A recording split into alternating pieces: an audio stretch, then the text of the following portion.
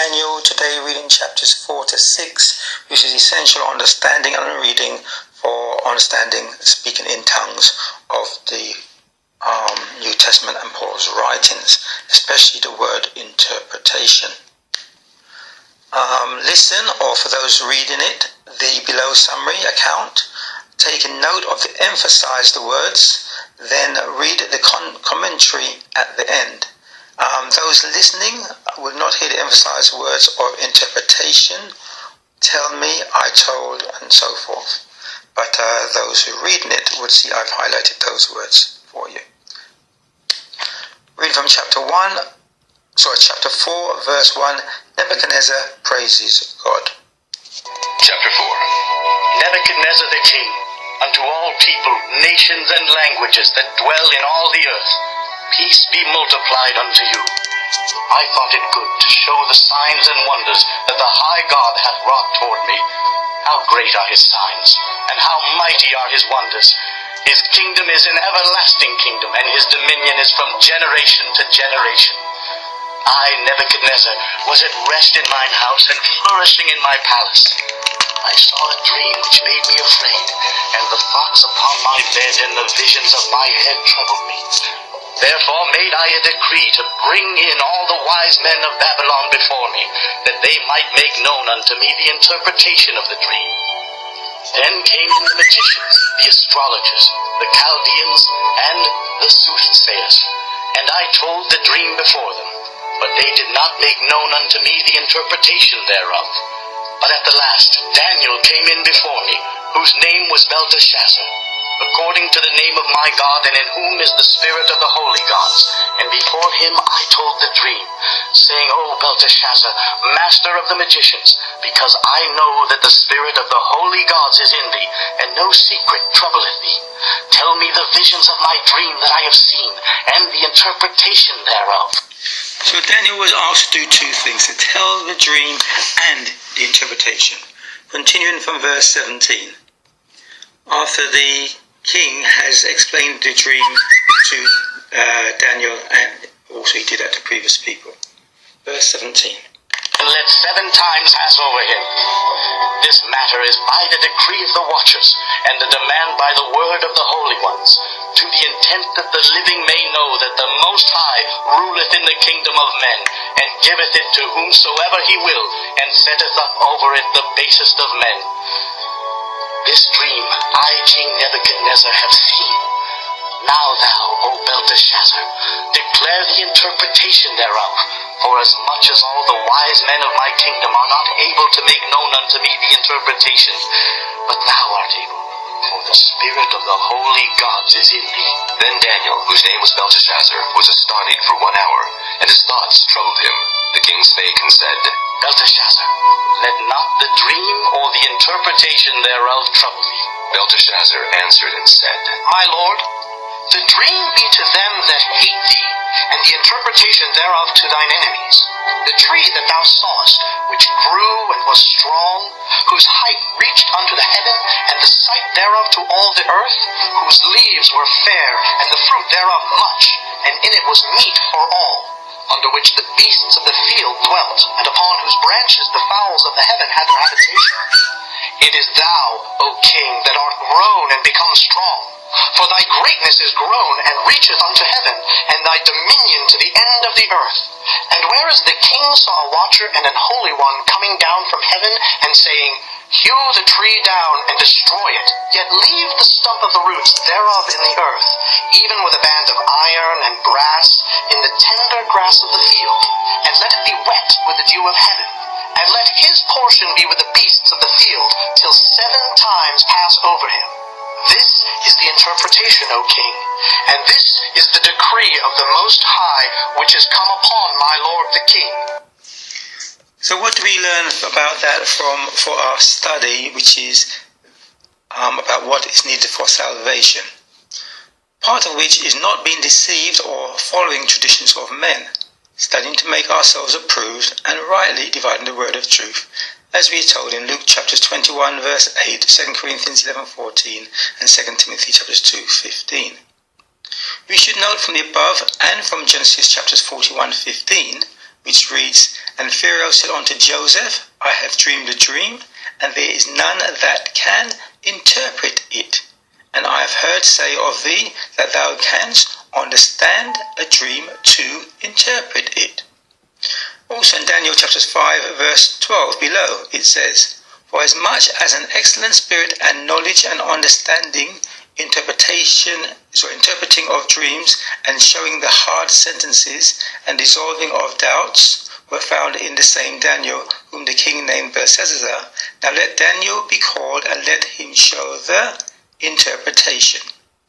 So from those examples, we should know that to interpret is not to translate one sound or language into another, but to explain the significance of the vision or the story, the parable, the same language as spoken and heard. In both accounts of Joseph and Daniel, everyone, magicians, kings and so forth, spoke the same language, explained the same event. But only Joseph and Daniel were able to interpret the meaning of that event. In other accounts of Joseph, in Genesis chapters 37 verse 8 and 40 verse 8, as with the above examples, we read the dreams and visions were explained and able to be understood by everyone who heard, or the prisoners in Joseph's case, or magicians as the case in Daniel. They understood the language spoken but did not know what prophecy it was stating. Joseph and Daniel were able to do both, hear and I repeat, and interpret, which means to explain the meaning. This they did in the same language as they and everyone heard, so that when the event came true, all will be able to testify of their true ability. All heard, were given the answer, and saw the final event. Similar to in Deuteronomy chapters 13, 18 verse 22, Ezekiel 13:3, and Matthew 7:22, where a sign of a true prophet is one that can, in advance, tell of a future event in the language for all to understand, so that when the event happens, they are their own witnesses, without having to rely on a third person. The event of Acts 2, where the 12 apostles at the most spoke and the audience heard, is used today to justify speaking in tongues of unknown human languages to hearers, either in a congregation or other. This is an inherited belief started in 1900s by Charles Parham, spelled P-A-R-H-A-M, and Agnes Ozman, O-Z-M-A-H. Search the internet for the history to save me going into it here. The event of Acts 2 was a prophesied event in Joel chapters 2:28, Isaiah chapters 44 verse 3, Ezekiel 11 verse 19, and 36 verse 27, and other places, purely to enable the message of the prophesied Messiah to Israel, the 12 tribes, coming and ascending to be preached to the Jews. I say not just one tribe of Judah, but to the 12 tribes, who had many other native languages. As we saw in Acts chapters 2 verse 9 to 11, they were scattered among other nations and came from other nations to the feast of Pentecost. Any teaching of Paul must have a foundation in the Old Testament. Nowhere in the Old Testament is there a prophecy that every believer will speak in foreign human languages. Paul is actually rebuking those in Corinthians for bringing their pagan ways of babbling into the congregation. He states in 1 Corinthians chapters 14 verse 27, if any man speak in an unknown tongue, let it be by 2 or at most by 3, and by course, and let one interpret. Now that one means one of the speakers, not any other person, just like Joseph and Daniel. Continuing from verse 22 of 1 Corinthians 14. Wherefore tongues are for a sign, not to them that believe, but to them that believe not. Verse 13. Wherefore let him that speaketh in an unknown tongue pray that he may interpret. Verse 9. So likewise you, except you utter by the tongue words easy to be understood, how shall it be known what is spoken? for you shall speak into the air. Verse 15. What is it then? I will pray with the spirit, and I will pray with the understanding also. I will sing with the spirit, and I will sing with the understanding also. Thus when thou shalt bless with the spirit, how shall he that occupieth the room of the unlearned say amen at thy giving thanks, seeing he understandeth not what thou sayest? So they must understand, because it must be words easy for them to understand. Now the word unknown is an inserted word by the Bible writers in an attempt to aid the reader's understanding. It should be taken out of a sentence. In the King James Version it is in italics, meaning this kind of writing slanted to the right. And it's normally greyed out, so a different colour, shade of black than the normal word. Basically, no, it's an inserted word. But in other versions, they have not notified the reader by this indication. They read it as if there's such a thing as an unknown tongue. A summary of what Paul said is that 1. Tongues are not for believers, so should not be used among them, i.e. in church. All 3 occasions in the New Testament where tongues were used had unbelievers. For example, in Acts chapters 2, those coming from around the world to the day of Pentecost were not believers in the Messiah. They had not known about him. They weren't there at his crucifixion and so forth. So they did not know nor believe in the Messiah until explained by Peter. And then 3,000 got baptized. With Cornelius in Acts chapters 10, where Peter went to Cornelius, the Jews, the Bible calls uncircumcised, who accompanied Peter, did not believe Gentiles should be accepted. Yes, until Peter explained his dream on the rooftop, and they went by what Peter said, because he saw the same sign, things will happen to them, and that was accepted. And the last and third version is when Paul baptized some of John the Baptist's disciples, and some prophesied and some spoke in tongues. 2. Paul says that no more than 2 persons should speak and one of the speakers should also be able to interpret, in other words, explain what they just said. Just like Joseph and Daniel, who were able to do both. This point is confirmed in verses 9, 15 and 16. Just like Nebuchadnezzar thought that Daniel had the spirit of his gods, speaking in the babbling tongues of today is also a sign of being possessed by such false gods, I'm sorry to say. Matthew 6 verse 7. But when you pray, use not vain repetitions as the heathen do, for they think that they shall be heard for their much speaking. 2 Timothy chapters 2 verse 16.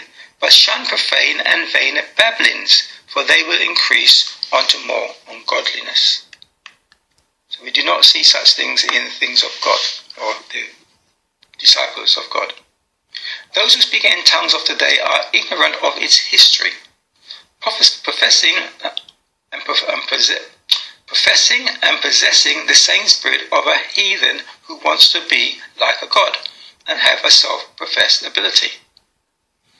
1 Corinthians chapter 14 verse 26. How is it then, brethren, when you come together, every one of you have a psalm, have a doctrine, have a tongue, have a revelation, have an interpretation? Let all things be done unto edifying. 14:28. But if there be no interpreter, let him keep silence. So let him keep silence in the church, and let him speak to himself and to God. We do not need non-intelligible sounds to speak to each other, and definitely not to speak to God, who reads hearts. Verse 26 says, speak to God in silence. He reads hearts. 2 Corinthians chapter 6 verse 14. Be you not unequally yoked together with unbelievers, for what fellowship hath righteousness with unrighteousness, and what communion have light with darkness, and what concord have Christ with Belial? Or what part hath he that believeth with an infidel? 2 Corinthians chapter 6:16. And what agreement hath the temple of God with idols? For you are the temple of the living God. As God hath said, I will dwell in them and walk in them, and I will be their God, and they shall be my people. 2 Corinthians 6:17. Wherefore come out from among them, and be ye separate, saith Yahweh, and touch not the unclean thing, and I will receive you. We are warned not to have fellowship with unbelievers, those who do not believe the truth, nor worship God in spirit and truth. Association can be a snare that sooner or later may cause us to lose our eternal soul. Now that does not mean we cannot mix with them socially, but not in things of God. Hosea chapter 4 verse 6 says, people perish for lack of knowledge. Seek knowledge, especially historical of tongues, and do not be deceived with traditions started of men in the 19th century. For future studies, see sermons or study articles, one titled, Who Gets the Holy Spirit and Why? Another one titled, Acts 1-2, Holy Spirit and Tongues.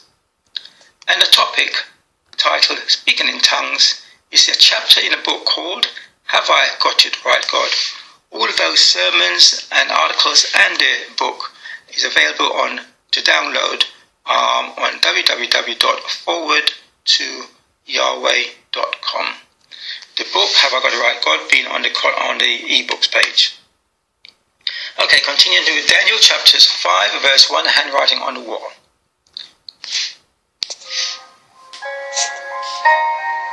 Chapter 5. Belteshazzar the king made a great feast to 1,000 of his lords, and drank wine before the 1,000. Belteshazzar, whilst he tasted the wine, commanded to bring the golden and silver vessels which his father Nebuchadnezzar had taken out of the temple which was in Jerusalem, that the king and his princes, his wives and his concubines might drink therein. Then they brought the golden vessels that were taken out of the temple of the house of God which was at Jerusalem, and the king and his princes, his wives and his concubines drank in them. They drank wine and praised the gods of gold, and of silver, of brass, of iron, of wood, and of stone. In the same hour came forth fingers of a man's hand, and wrote over against the candlestick upon the plaster of the wall of the king's palace. And the king saw the part of the hand that wrote. Then the king's countenance was changed, and his thoughts troubled him, so that the joints of his loins were loosed, and his knees smote one against another. The king cried aloud to bring in the astrologers, the Chaldeans, and the soothsayers. And the king spake, and said to the wise men of Babylon, Whosoever shall read this writing, and show me the interpretation thereof, shall be clothed with scarlet, and have a chain of gold about his neck, and shall be the third ruler in the kingdom. Continuing from verse 11, where the queen recommends Daniel. There is a man in thy kingdom, in whom is the spirit of the holy gods, and in the days of thy father light and understanding and wisdom, like the wisdom of the gods, was found in him. Whom the king Nebuchadnezzar thy father, the king, I say, thy father, made master of the magicians, astrologers, Chaldeans, and soothsayers. Forasmuch as an excellent spirit, and knowledge and understanding, interpreting of dreams, and shewing of hard sentences, and dissolving of doubts, were found in the same Daniel, whom the king named Belteshazzar. Now let Daniel be called, and he will show the interpretation. Continuing from verse 16, Daniel interprets the handwriting. And I have heard of thee, that thou canst make interpretations, and dissolve doubts. Now, if thou canst read the writing, and to make known to me the interpretation thereof, thou shalt be clothed with scarlet, and have a chain of gold about thy neck, and shalt be the third ruler in the kingdom. Continuing from verse 22. And thou, his son, O Belteshazzar, hast not humbled thine heart, though thou knewest all this, but hast lifted up thyself against the Lord of heaven. And they have brought the vessels of his house before thee, and thou and thy lords, thy wives and thy concubines have drunk wine in them. And thou hast praised the gods of silver and gold, of brass, iron, wood, and stone, which see not, nor hear, nor know. And the God in whose whose hand thy breath is, and whose are all thy ways, hast thou not glorified. Then was the part of the hand sent from him, and this writing was written. And this is the writing that was written. Mene, tekel, upharsin. This is the interpretation of the thing. Mene, God hath numbered thy kingdom and finished it. Tekel, thou art weighed in the balances and art found wanting. Peres, thy kingdom is divided and given to the Medes and Persians. Then commanded Belteshazzar. And verse 30. In that night was Belteshazzar, the king of the Chaldeans, slain. And Darius the Median took the kingdom, being about 62 years old. So as we see, as is the principle established above, Daniel was able to do both read and explain, meaning to interpret what the words were saying. And it's similar when you hear words in the language and someone does not know what it means, you explain it. So drivers who know road signs can read a road sign and interpret what it means. A non-driver can see the same road sign but may not understand what it means because they are not a driver. Okay? Saying like H2O, which I think is a formula for water or so. Everyone can read what it says, but only a scientist or someone learned would know how to interpret that sign and what it means. That is what interpretation is. It does not mean to translate it into another language. So as is a principle established above, Daniel was able to do both read and interpret, which means explain the dream that was told to him by the king. Now this is a change of the empires from Babylon to Medes or Persians, as in the statue of Daniel, the head of gold to the chest of silver. The Persians did this by diverting the river Euphrates, which flowed under the wall protecting the city, diverted it so the river bed went dried, and they then entered the city through under the wall. They crept in by night. History says that Belteshazzar reigned in the place of his father, King Nabonidus, while he was on an archaeological expedition in Arabia. That is why this king, could only offer Daniel a third of the kingdom in chapters 5, verse 16. Nebuchadnezzar is called Belteshazzar's father, though he was his grandfather in Jeremiah chapters 27, verse 7. Lastly, just a side note, in Ezekiel chapters 20, we see that mina equals 50 shekels. Tekel is 1 shekel, and Ephraim is half of a mina, which is 25 shekels. You can read about that in Ezekiel chapters 20. Last chapter for today, chapter 6. Chapter 6. It pleased Darius to set over the kingdom 120 princes, which should be over the whole kingdom, and over these 3 presidents, of whom Daniel was first, that the princes might give accounts unto them, and the king should have no damage.